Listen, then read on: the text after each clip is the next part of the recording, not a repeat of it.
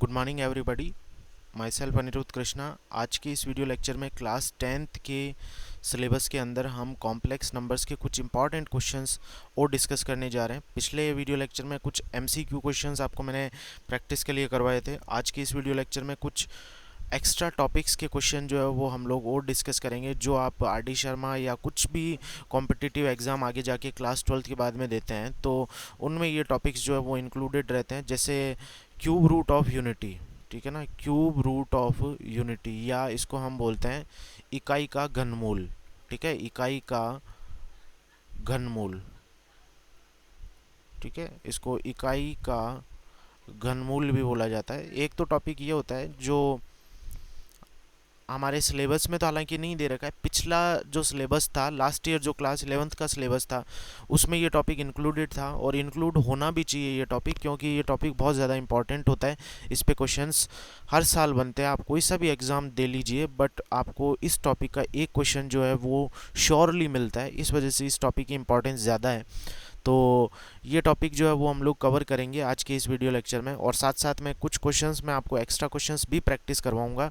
और दूसरा एक नोटिस आपके लिए इम्पॉर्टेंट ये और है कि जो संडे को है वो आपका एक क्विज़ होगा। ठीक है, संडे को जो है वो आपका क्विज़ होगा संडे, और टाइमिंग अराउंड 10 बजे का रहेगा, सुबह 10 बजे का।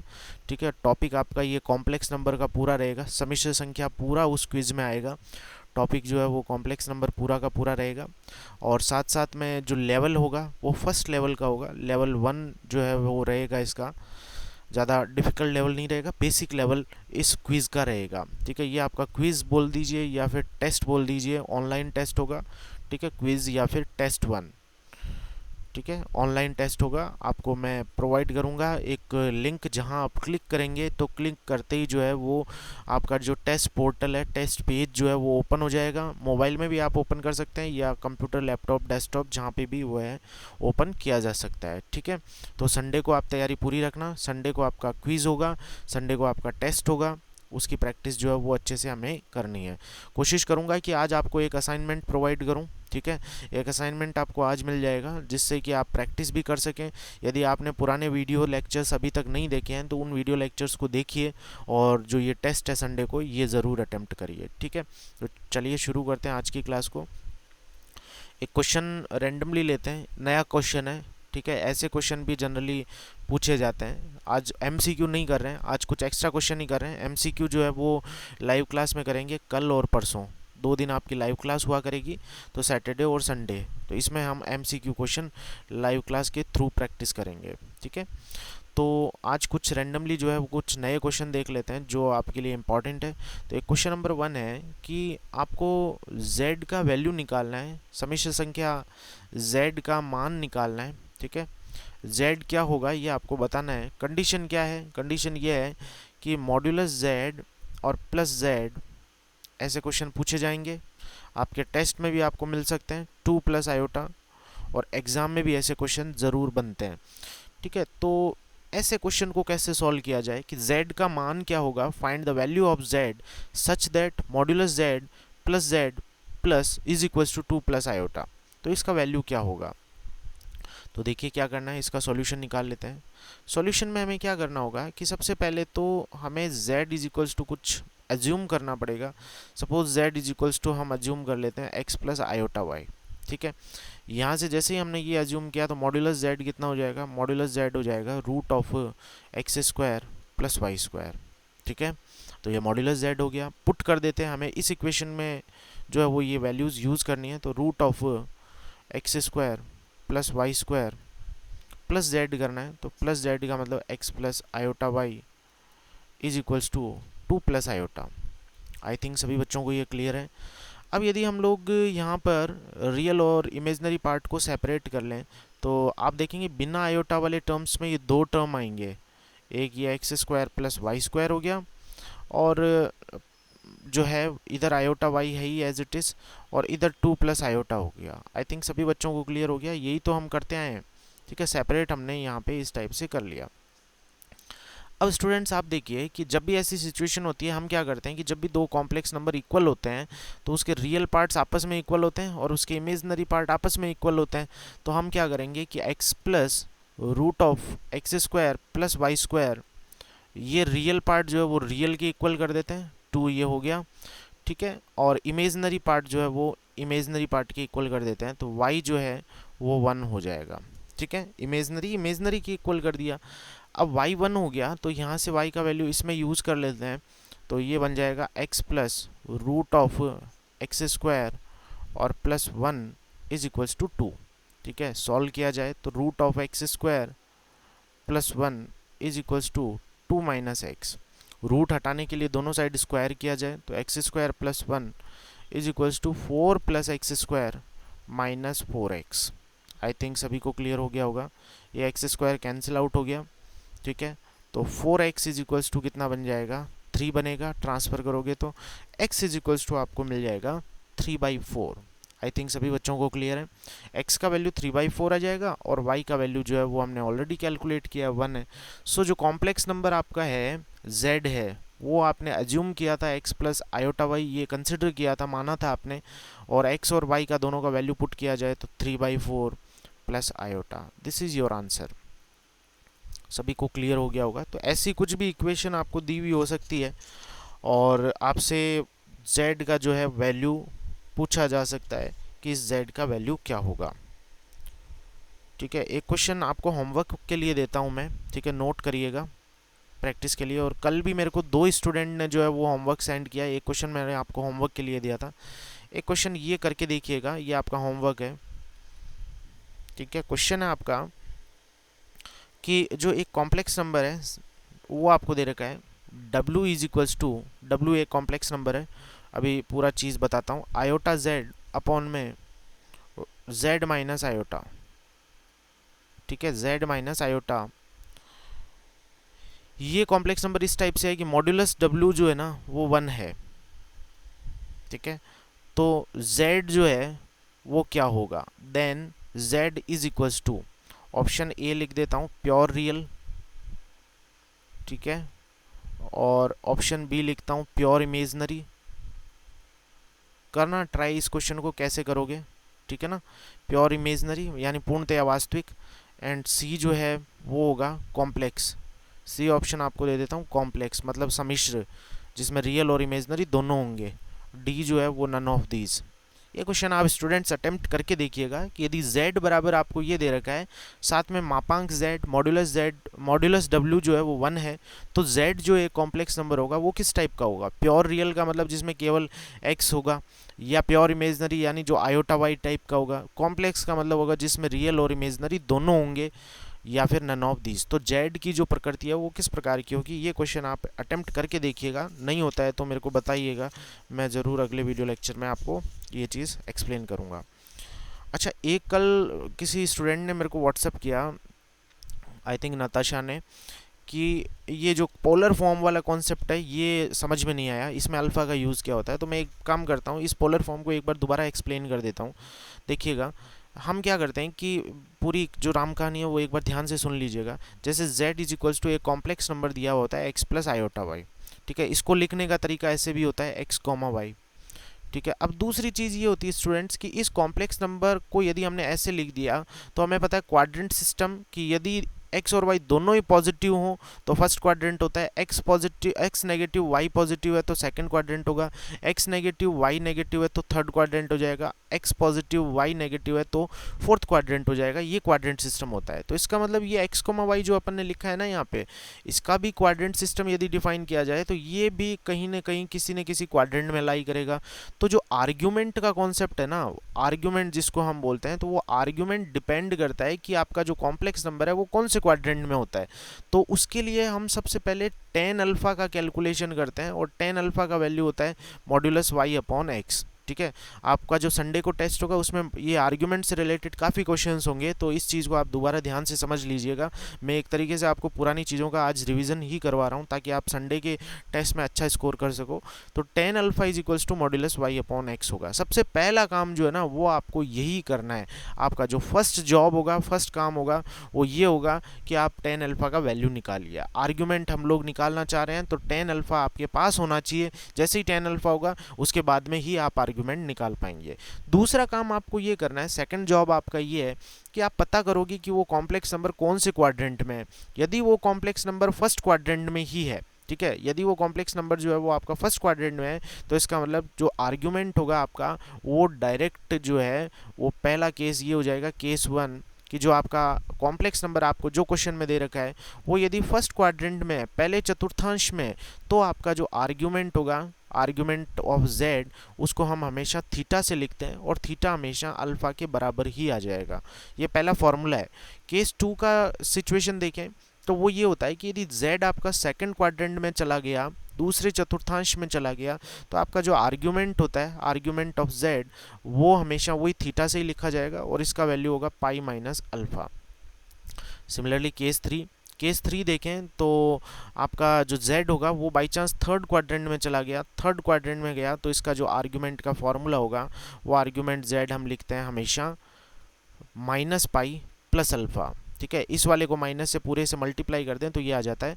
और केस 4 ये हो गया कि यदि आपका जो कॉम्प्लेक्स नंबर जो भी क्वेश्चन में आपको दे रखा है वो यदि फोर्थ क्वाड्रेंट में है, तो आर्ग्यूमेंट ऑफ z जो है वो आपका माइनस अल्फा होगा, ठीक है। स्टूडेंट, हमारी क्लास 11th की स्टूडेंट नताशा ने पूछा था कि इसमें अल्फ़ा का यूज़ क्या है, तो बेटा अल्फ़ा जो है ना वो सबसे पहले यूज़ होगा। अल्फ़ा को कैलकुलेट आपको सबसे पहले करना है, अल्फ़ा कैलकुलेट होगा तो ही जो है वो आर्ग्यूमेंट निकल पाएगा। ये आपका फर्स्ट जॉब है। सेकंड जॉब जो है वो फार्मूला यूज़ करना है। Which formula to be use in the given question, it depends on the location of the given complex number, मतलब वो कॉम्प्लेक्स नंबर आपका होगा वो कौन से क्वाड्रेंट में लाई करता है, उस चीज़ पर ये बात डिपेंड करेगी। हो सकता है फर्स्ट क्वाड्रेंट में लाई करे तो डायरेक्ट अल्फा हो जाएगा, हो सकता है कि फोर्थ क्वाड्रेंट में लाई करे तो आपका जो आर्ग्यूमेंट है वो नेगेटिव ऑफ अल्फा हो जाएगा। तो ये सारी चीज़ जो है वो इस बात पर डिपेंड करती है कि whether the complex given complex number is lying in the first quadrant और इन द सेकंड क्वाड्रेंट और इन द थर्ड और इन द फोर्थ क्वाड्रेंट, ठीक है। जैसे फॉर एग्जांपल आपको एक क्वेश्चन जो है वो एक्सप्लेन करता हूँ दोबारा से,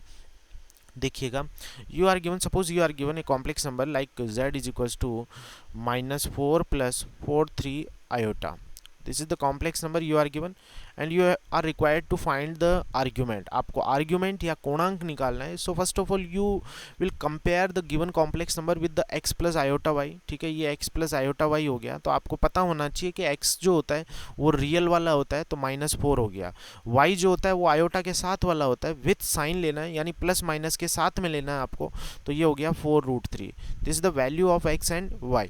अब आपको क्या करना है, यहीं पे इसके साथ में tan अल्फा निकाल लेना है। पहला काम आपका tan अल्फा का ही होगा, फॉर्मूला याद रखिएगा y/x का मॉड्यूलस। तो यहाँ पे tan अल्फा जो है वो यहाँ से कैलकुलेट हो जाएगा। tan alpha is equals to y का वैल्यू 4√3 और x का वैल्यू जो है वो -4 हो जाएगा। जैसे ही इसको हम कैंसिल आउट करते हैं तो ये कितना हो जाएगा, -√3 का मॉड्यूलस होगा, ठीक है। -√3 का मॉड्यूलस होगा। जैसे ही इसको सॉल्व किया जाए तो ये √3 ही हो जाएगा, ठीक है। tan अल्फा जो है वो आपके पास √3 हो गया। अब सोचना है कि tan का वैल्यू √3 कब होता है, कितने एंगल पे होता है, तो tan का वैल्यू √3 स्टूडेंट 60 डिग्री पे होता है, तो इसको 60 डिग्री भी लिख सकते हैं। और मैंने बताया था आपको कि 60 डिग्री के अलावा इसको π/3 भी लिखा जा सकता है, क्योंकि पाई का वैल्यू होता है 180 डिग्री ओवर 3, तो 180/3 करोगे तो 60 डिग्री ही आने वाला है। तो दोनों में से कुछ भी लिखा जा सकता है। बड़े हो गए हैं तो π/3 लिखना ज़्यादा पसंद करिए। 60 डिग्री 10th क्लास तक का काम था, ठीक है। इसके बारे में डिटेल में हम ट्रिग्नोमेट्री में फिर से बात करेंगे कि π/180 क्यों होता है, ठीक है।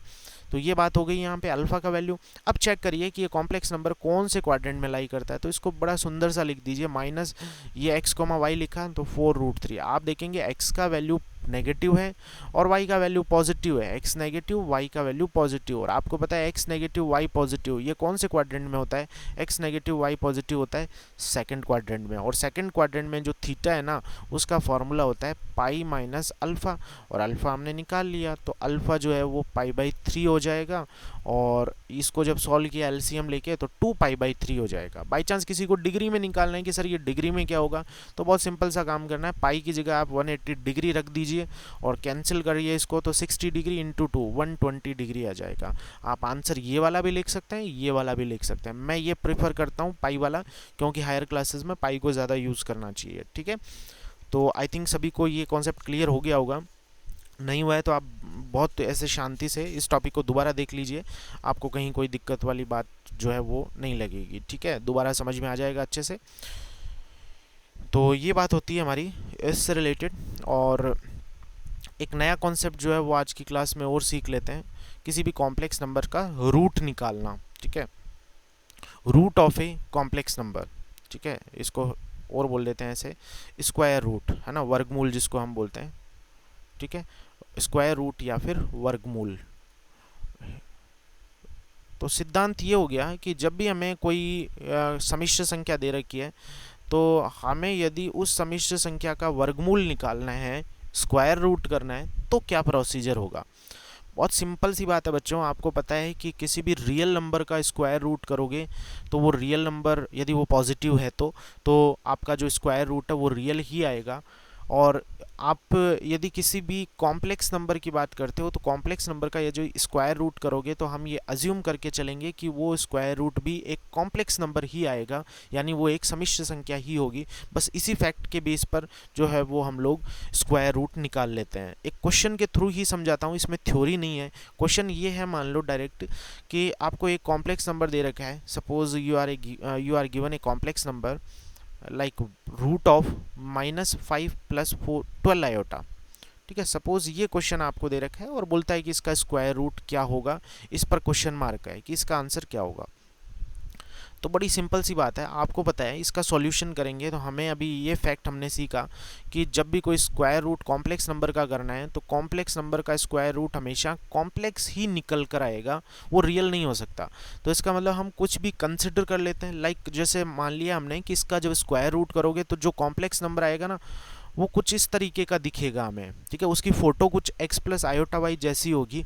तो हम लोग क्या करेंगे कि इसको सॉल्व करेंगे, और सॉल्व करने का तरीका हमें पता है कि एक साइड रूट है एक साइड रूट नहीं है, तो हम दोनों साइड स्क्वायर कर देंगे। तो ये हो जाएगा -5 + 12 आयोटा, और इधर स्क्वायर किया तो ये बन जाएगा x + iota y whole square. Don't worry, आज कॉन्सेप्ट समझा रहा हूँ, हम लाइव क्लास के ड्यूरेशन में ऐसे क्वेश्चन भी करेंगे, वहाँ और एक्सप्लेन करूँगा, तो ये टॉपिक भी बहुत अच्छे से क्लियर हो जाएगा। तो -5 + 12 आयोटा ये यहाँ पर एज इट इज़ है, और जब इसका स्क्वायर आपने ओपन किया तो x² -y² और +2 आयोटा xy। देखिए एक बार समझ में आई होगी ये बात। जैसे ही इसको सिंप्लीफाई किया तो -5 + 12 iota is equals to x² -y²। ठीक है, और आयोटा और ये हो जाएगा 2xy, ये इसका रिजल्ट हो जाएगा। अब आप देखिए कि जैसे ही हमने सीखा है कि रियल पार्ट, दो कॉम्प्लेक्स नंबर इधर भी कॉम्प्लेक्स है और इधर भी कॉम्प्लेक्स है, तो इसका मतलब ये दोनों कॉम्प्लेक्स नंबर इक्वल तभी होंगे जब रियल रियल के इक्वल हो, इमेजनरी इमेजनरी के इक्वल हो। तो यानी x² -y² जो है ना वो किसके इक्वल होना चाहिए, -5 के इक्वल होना चाहिए। भाई रियल रियल के इक्वल हो गया, साथ में इमेजनरी जो है ना वो इमेजनरी के इक्वल होना चाहिए, तो 2xy जो है ना वो 12 के इक्वल होना चाहिए। तो यहाँ ये इक्वेशन छोटी इक्वेशन लग रही है, तो हम इस पे काम कर लेते हैं थोड़ा सा। तो y इज इक्वल्स टू यहाँ से निकाला तो 6/x आ गया यहाँ से। ठीक है, अब जैसे ही y/x का y इज इक्वल्स टू ये वैल्यू यहाँ पुट किया जाए तो ये कितना बन जाएगा, x² -36/x², और ये हो जाएगा यहाँ पे 5। बड़ा सिंपल काम किया हमने, कहीं कोई तकलीफ वाली बात किसी को नहीं होगी। ठीक है, तो जैसे ही हमने ये काम कर लिया यहाँ पे, तो आप देखेंगे कि सिचुएशन ये हो गई कि y का वैल्यू आपने यहाँ पुट कर दिया। अब फिर से इसको थोड़ा सा सिंप्लीफाई कर लेते हैं, तो x4 हो गया -36 हो गया, और जो LCM है वो क्रॉस मल्टीप्लाई हो गया तो 5x² हो गया। तो ये बन जाएगा x4 -5x² और -36 इज इक्वल्स टू 0। ठीक है, तो ये बन गया x4 माइनस, और ये बन गया 9x² और प्लस में 4x² हमने फैक्टर कर दिए हैं, इसके गुणनखंड कर दिए हैं, -36 इज इक्वल्स टू 0। ठीक है, आप देख लीजिए, वापस ऐड किया तो -5 आ जाएगा, मल्टीप्लाई करोगे तो -36 आ जाएगा। इन दोनों में x² का फैक्टर कॉमन ले लिया, तो x² कॉमन लिया तो x² - 9 ये यहाँ हो गया, और प्लस में 4 ये बन गया x² - 9। ठीक है, इज इक्वल्स टू 0। कॉमन लिया यहाँ पे तो x² - 9 और ये बन गया x² + 4। ठीक है, कॉमन लेने पर इज इक्वल्स टू 0। आपको पता है दो फैक्टर्स 0 तभी होंगे जब वो इंडिविजुअली 0 के बराबर हों, तो मैं यहाँ आगे कर दे रहा हूँ इसी स्पेस में। तो या तो x² - 9 इक्वल्स टू 0 होगा, और या आप बोल सकते हैं कि x² + 4 इज इक्वल्स टू 0 होगा। दोनों में से कुछ एक 0 होगा, which implies x square is equals to 9, ठीक है। और यहाँ से आप बोल सकते हैं कि x square is equals to -4, ठीक है। अब x का वैल्यू यहाँ से निकलेगा x is equals to +-3, always use plus minus sign, ठीक है, ये कभी मत भूलना। और आप यहाँ से बोल सकते हैं x इज इक्वल्स टू ±√(-4), देखिएगा एक बार कोई डाउट है तो। अब आप बहुत ध्यान से यहाँ पे बात नोट करिएगा, मैंने पिछले वीडियो लेक्चर्स में से एक वीडियो लेक्चर में आपको बताया था कि जब कोई कॉम्प्लेक्स नंबर x + i/y लिखी जाती है ना, तो ये रियल होता है और ये पूरा इमेजनरी होता है, ठीक है, पूरा इमेजनरी नंबर होता है। लेकिन यदि थोड़ा सा इसका और पोस्टमार्टम किया जाए तो ये एक पूरा रियल नंबर होता है और ये भी एक रियल नंबर ही होता है यदि आयोटा को छोड़ दिया जाए। कहने का मतलब एक कॉम्प्लेक्स नंबर का रियल पार्ट और उसका जो इमेजनरी पार्ट है ना, वो हमेशा रियल होता है, उसमें आयोटा नहीं आता, ठीक है। यही तो बात हुई, ये ऑलवेज क्या होता है, रियल नंबर होता है। तो यहाँ पे x और y क्या था क्वेश्चन में, x और y था रियल और इमेजनरी पार्ट, और आप देख रहे हैं कि यहाँ रियल और इमेजनरी पार्ट तो आयोटा में आ गया, तो इसका मतलब ये तो हट जाएगा यहाँ से, और ये वाला पार्ट जो है वो रियल नंबर है तो ये कंसिडर हो जाएगा। तो x का वैल्यू +-3 आ जाएगा, और जैसे ही x का वैल्यू +-3 आएगा तो इस इक्वेशन को वापस यूज़ कर लें। तो मैं यहाँ लिख देता हूँ कि if x is equals to +3 तो y का वैल्यू जो है वो आपके पास आ जाएगा 2, और ऐसे ही आप x का वैल्यू जो है वो -3 यूज़ करते हैं तो y का वैल्यू जो है वो आएगा आपके पास -2, ठीक है। तो इस कॉम्प्लेक्स नंबर का स्क्वायर रूट आपके पास आ गया, आपके पास जो कॉम्प्लेक्स नंबर गिवन था वो -5 + 12 आयोटा था, ठीक है। इसको हमने कंसिडर किया था x + i/y, है ना, यही तो कंसिडर किया था, यही माना था इसको हमने, और x और y की दोनों वैल्यूज़ आ गई हमारे पास। तो एक तो इसकी वैल्यू आएगी 3 + 2 आयोटा, और एक वैल्यू हमारे पास आ गई -3 - 2 आयोटा। तो इसके 2 स्क्वायर रूट हो जाएंगे, 2 स्क्वायर रूट हमने निकाल दिए हैं।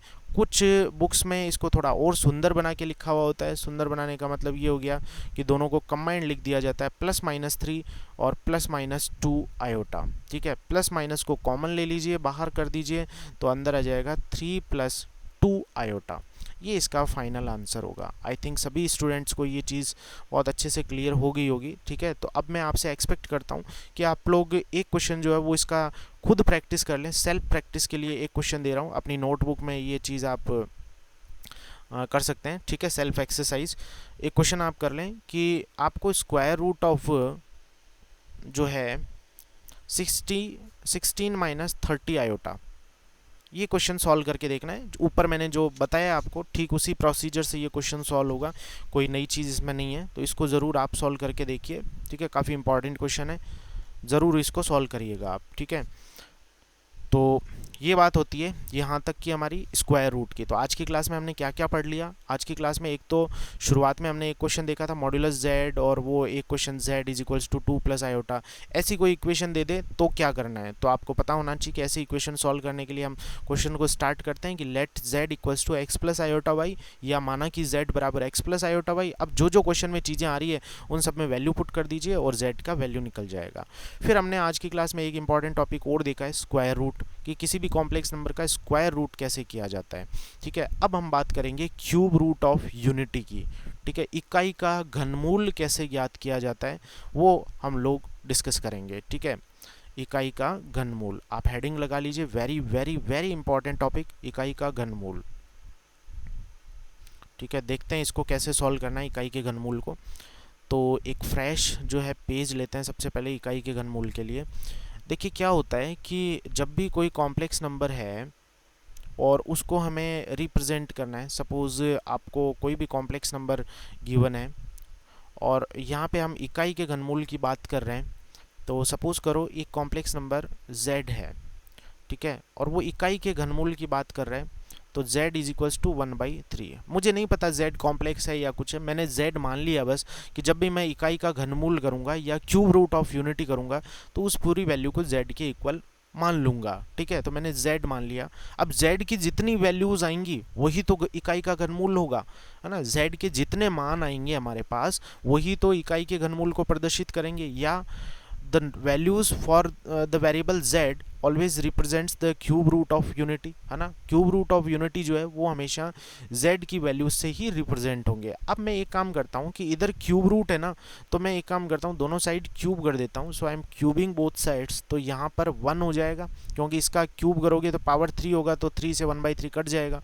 अब एक काम करिए, आप इस 1 को इधर बुला लीजिए, तो z³ minus 1 is equals to 0।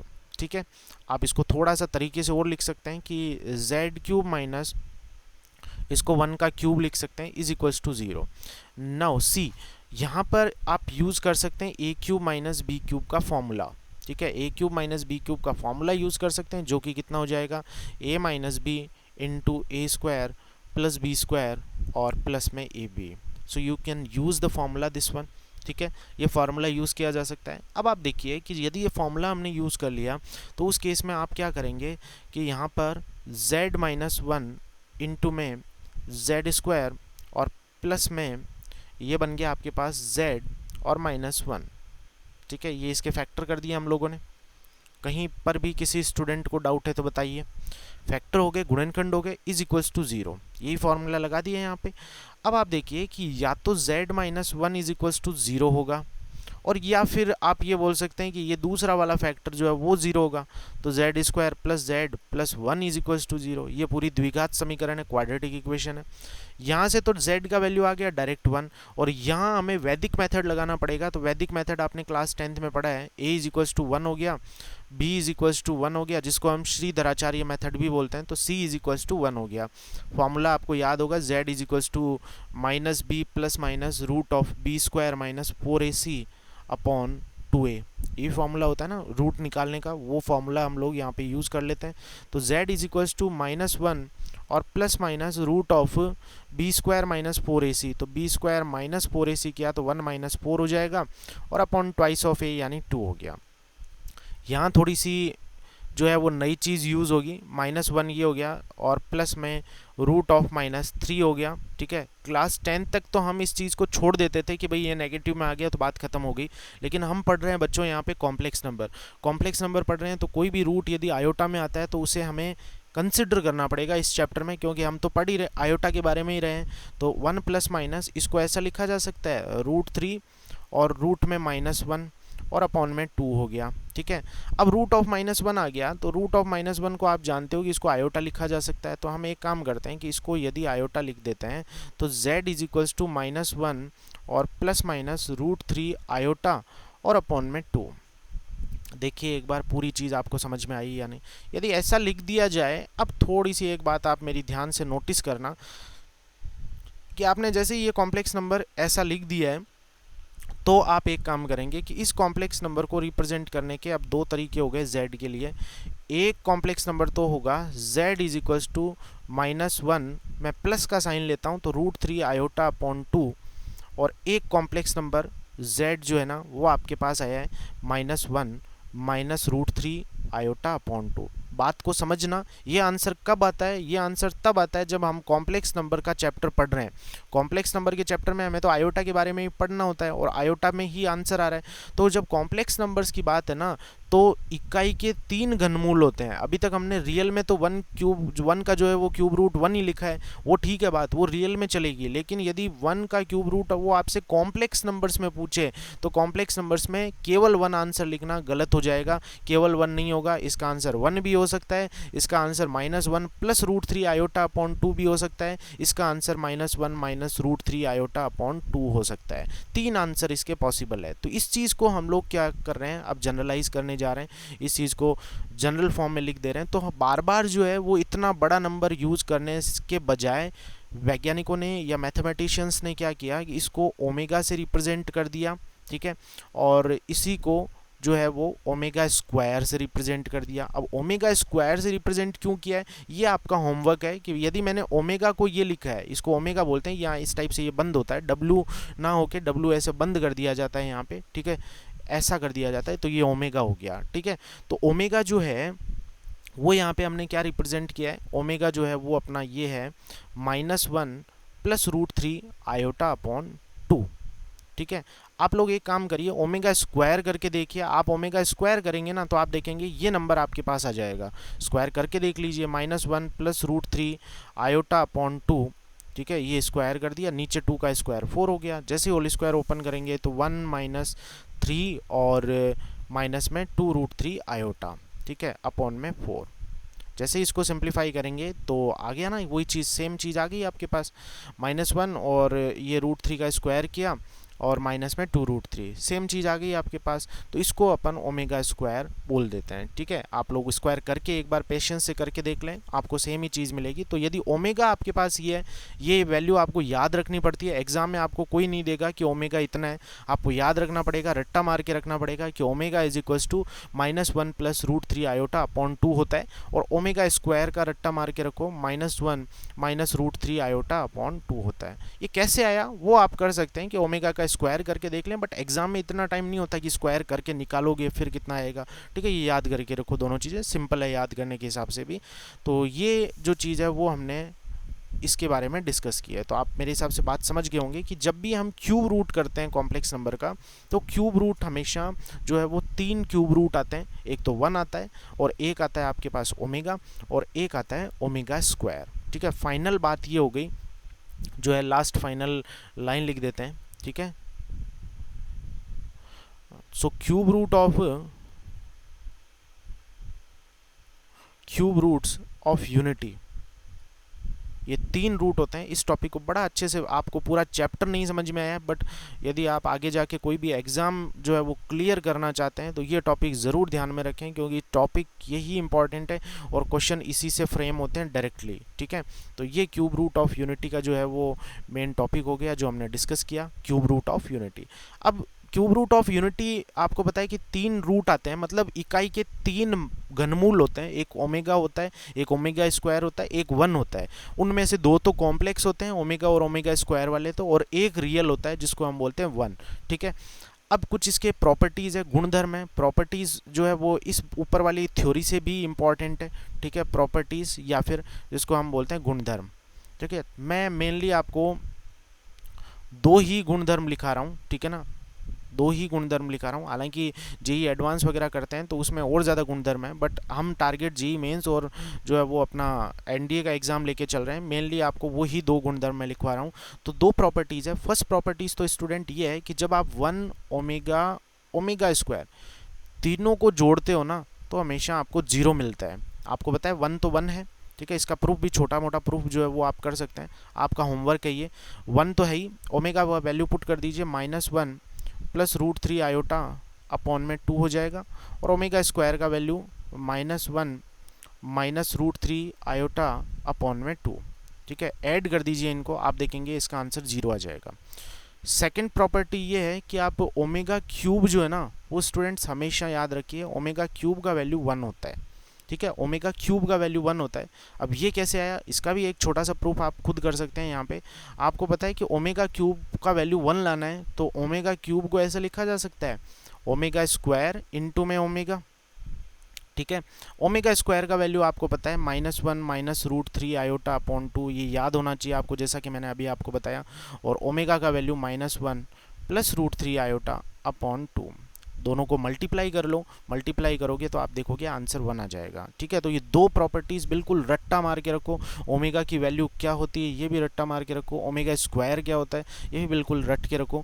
Exam में डायरेक्टली यूज़ होती है और काफ़ी इंपॉर्टेंट प्रॉपर्टीज़ है, ठीक है। तो ये हमारा डिस्कशन था आज के कुछ नए टॉपिक्स को लेकर।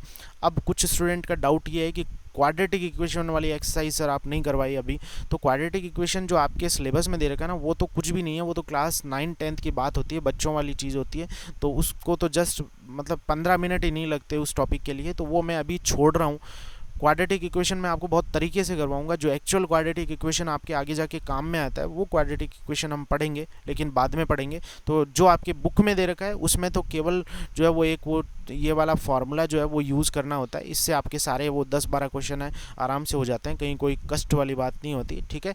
तो वो एक्सरसाइज वाली जो चीज़ है वो मैं बाद में करवाऊंगा। अब जस्ट 15 मिनट की चीज़ है वो, यदि हम फेस टू फेस मिलेंगे ना तो वो केवल 10 या 15 मिनट में वो आपकी एक्सरसाइज हो जाती है। इतना ही उसमें सामान या मसाला है और कुछ भी नहीं है। तो वो टॉपिक हम बाद में करेंगे। अभी फ़िलहाल जो है वो जो चीज़ें मैं आपको बता रहा हूँ उनको बहुत तरीके से सीखिए। जितने भी लेक्चर 17-18 लेक्चर अपलोड हो गए उनको पूरा दोबारा देखिए। संडे को जो है वो आपकी एक क्विज़ होगी, संडे को आपका एक लाइव टेस्ट होगा, ठीक है, ऑनलाइन टेस्ट होगा। इसको क्विज़ बोल दीजिए या फिर टेस्ट बोल दीजिए, एक ही बात है। सारे वीडियो लेक्चर्स को बहुत अच्छे से देखिए, तैयारी कीजिए। कौन से स्टूडेंट की फर्स्ट रैंक आएगी उसको जो है वो जब इंस्टीट्यूट ओपन होगा तो एक अट्रैक्टिव प्राइज़ दिया जाएगा, ठीक है। बहुत अच्छे से आप प्रिपरेशन कीजिए, ठीक है। तो चलिए मिलते हैं अगले वीडियो लेक्चर में कुछ नए कॉन्सेप्ट्स के साथ में। लाइव क्लास में कुछ अभी और प्रैक्टिस कराऊंगा। मंडे से जो है वो नया टॉपिक हम लोग स्टार्ट कर देंगे, ठीक है, मंडे से। ओके, सो मिलते हैं अगले वीडियो लेक्चर में। तब तक के लिए bye bye, take care, see you again.